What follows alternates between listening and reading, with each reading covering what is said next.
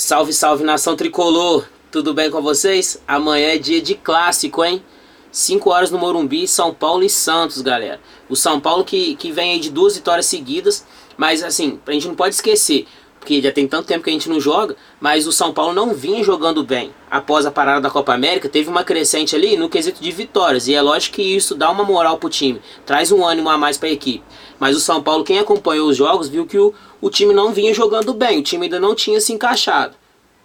Fez o primeiro jogo contra o Palmeiras mais ou menos, depois contra, me fugiu agora, não me engano foi Chapecoense, e o último contra o Fluminense. O time veio que meio capengando apesar de todas das 2 vitórias seguidas, mas quem acompanhou o jogo sabe que o time não jogou bem. Após algumas mexidas do Cuca ali, que o time deu uma melhorada, entendeu? E agora, pra mim vai ser o adversário mais difícil que a gente pegou após a Copa América, que é a disputa direta ali contra o Santos. Eu tô falando assim porque agora a gente tá, o campeonato embalou mais, a gente pegou o Palmeiras, era o primeiro jogo após a parada, então ainda não tinha dado aquela encorpada. Amanhã o jogo é contra o Santos, que é o líder do campeonato, que para muitos comentaristas, jornalistas, é a melhor equipe do Brasil. Eu concordo em alguns aspectos e não porque eu acho que é um time bom ofensivamente, mas eu acho que defensivamente tem as suas falhas.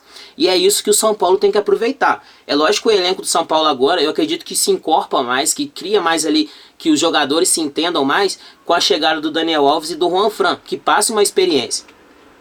Eu vi uma notícia agora, o Daniel Alves e o Juan Fran não vão jogar amanhã, né? Não pela vontade dos caras, porque a vontade dos caras, se dependesse deles, ele estaria em campo. O Juan Fran, que chegou na quarta, já estava lá no campo até hoje, se dependendo dele, até amanhã. Daniel Alves, antes da apresentação, os BBL já estava dentro de campo, porque ele queria jogar. Deixaram muito claro isso quando chegaram ao Brasil. Mas eu, como torcedor, claro que eu queria que eles jogassem. Claro. Mas a gente tem que botar a mão na consciência de que, porra, a gente tem um exemplo aí do Felipe Luiz no Flamengo. Chegou, não estava ali no condicionamento físico bom, foi estrear, passou vergonha. Então acaba que o São Paulo, se fazer isso, pode dar dando um tiro no próprio pé, de já botar com pressa, apressar os caras assim. Sem contar que o cara, sem ter um preparo, ele fica mais fácil de ter uma lesão. Então Deus que me perdoe, mas vai que o Daniel Alves ou o Juan Fran entra assim no desespero e... Então não é bom nem pensar nisso. Então eu acho que o São Paulo agiu corretamente de não deixar os jogadores deles entrarem em jogo, até porque é um clássico, então o jogo é mais pegado. O cara já voltar assim, eu realmente concordei com a direção São Paulina que optou, a comissão técnica eu acho, que optou por não deixar eles jogar. Vai ter mais uma semana de treino aí, de treinamento, e consegue aí sim, porque sem dúvidas no próximo jogo eles vão jogar. A não ser que o São Paulo espere para voltar, retornar para o Morumbi e poder botar os caras, fazer a estreia no Morumbi.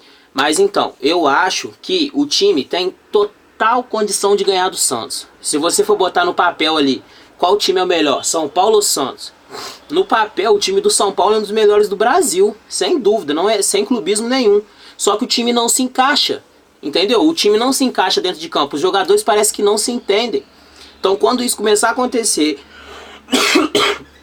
que um começar a correr pelo outro, que começar a fazer as coisas um pelo outro, vai ver que o time vai crescer, vai ver que o futebol vai fluir, vai correr tudo certinho ali, tudo na moral, e os caras vão conseguir desempenhar o seu futebol. O Cuca, eu não acho que o time tá ruim por causa do Cuca.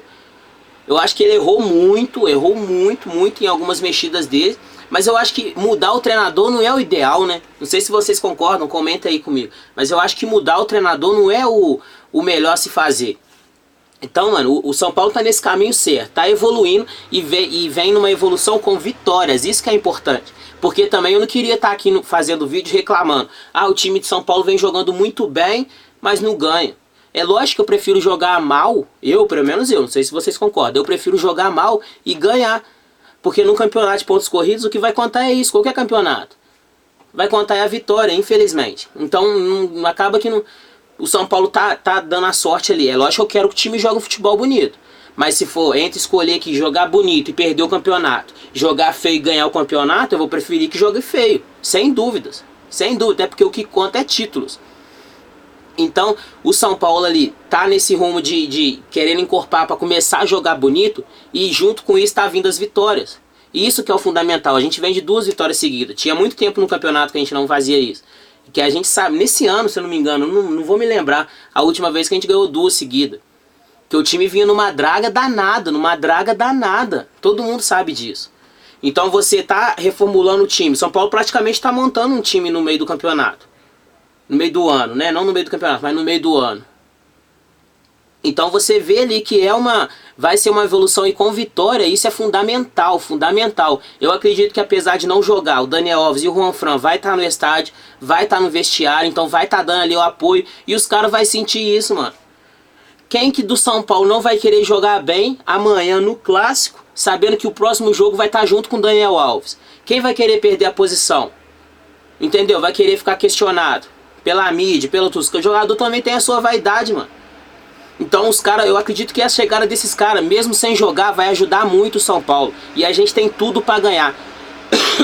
A gente tem tudo para ganhar esse clássico. Eu quero estar aqui amanhã fazendo vídeo comemorando esse clássico e com fé a gente vai ganhar, mano. A história do confronto entre os dois equipes é o seguinte: foram 308 jogos, 72 empates, sendo 132 vitórias do São Paulo e 104 vitórias do Santos, mano. Só pelo Campeonato Brasileiro foram 67, 28 vitórias do São Paulo e 25 vitórias do Santos.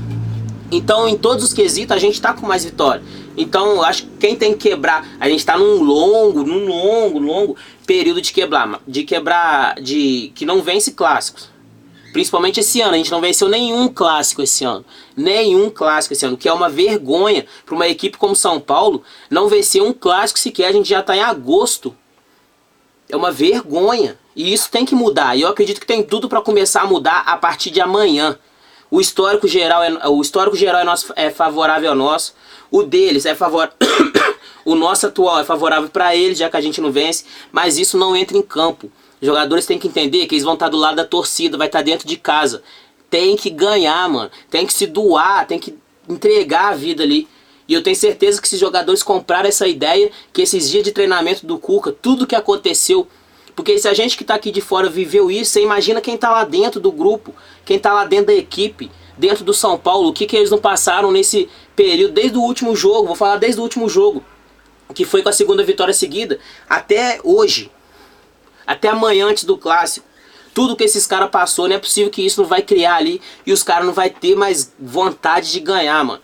Então eu tenho certeza que amanhã, na hora do vídeo aqui, depois do jogo, eu vou estar falando sobre a vitória do time. E vai ser a nossa primeira vitória esse ano no clássico, mano. Eu tenho certeza que os caras vão comprar essa ideia. Vamos que vamos. E antes de terminar o vídeo, eu queria só deixar duas coisas aqui que eu vi, cara, que eu fiquei... Não é possível isso. Não é possível. A gente tem que elogiar a diretoria do São Paulo pelo puta trabalho que fez agora, mas não pode ver que a diretoria erra. Essa diretoria erra. Há um tempo atrás, eles anunciaram o quê? A compra em definitivo do Everton... Me fugiu o nome agora. Everton Felipe, do Everton Felipe. Acho que foram 6 milhões. 6 milhões. Que adquiriu, estava emprestado do Sport, ele ia voltar para lá. Não vinha sendo aproveitado quando realizou a compra. Já não vinha sendo aproveitado.